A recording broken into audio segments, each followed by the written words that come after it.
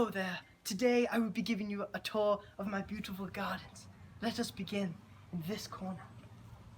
As we approach the back corner of my gardens, we see the first landmark, a mighty oak split between the fence, covering both yards. This is the third largest tree in my garden. As we move through the shrubbery to the next tree, you can tell this is a baby oak. It has much growing to do. As we move forward through the shrubbery, we get to some more greenery, which creates much afternoon shade when needed. As we get through the muddier patches of the yard where the rain hits more, we see the great crepe myrtle in all of its splendor, imported from Africa. Ah, thank you, brother. As we move along through the shrubbery, we get to this small plant. That is it. Moving on to the crepe myrtles and the bushes. Nothing really important other than the bricks that are around them, that keep them from getting injured from other roots. Now we see my cabin that I built with my bare hands almost 10 moons ago.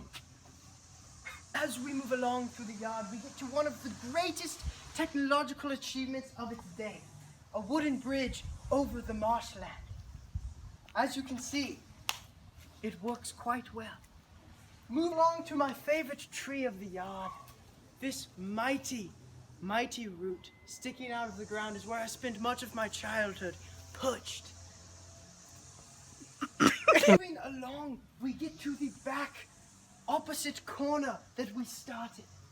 As you can see, this great root has been growing through a template made of wood to create a pattern. See how it says winded around it? Incredible. Now, as we get into the mulchier area of the yard, some greenery begins to shoot from the ground. Here, we have the burn pile, where we burn things. Moving along. Ah, what is this? It is a baby tree in its first years of growth. Wow, how wonderful. Without the proper nutrients, like water and oxygen, it would die in just 48 seconds. What is that? No! It is humans destroying the earth with their construction. We see a very, very young tree shooting up with its green leaves. As we move along, we see some of the more animal aspects of my garden. Ah, wild elk dung.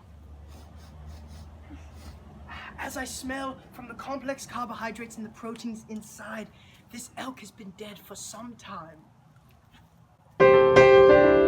As we move along the rim of the house, we near the end of our journey together. As you can see, there are two trees that are unique to this area of the garden. This tree right here, with multiple different branches that are small, not unlike the crepe myrtle that we saw earlier. Thank you for touring Pickering Gardens with me, your host,